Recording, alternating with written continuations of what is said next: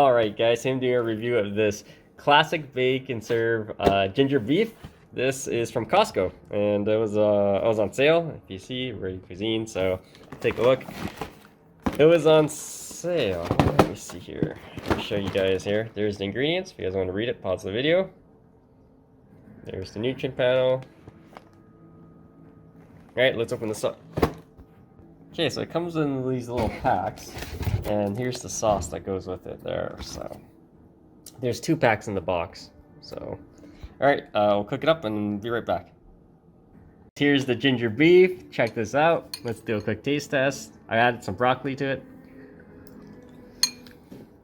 Wow, it's really good. It has you can taste the ginger, and it's got that sort of sweetness that you get at the restaurant, but I don't like my ginger beef too crispy in a way, so I like it more on the soft side, but it's actually quite good. Definitely check it out, guys. Any questions, comments, below, subscribe to the channel.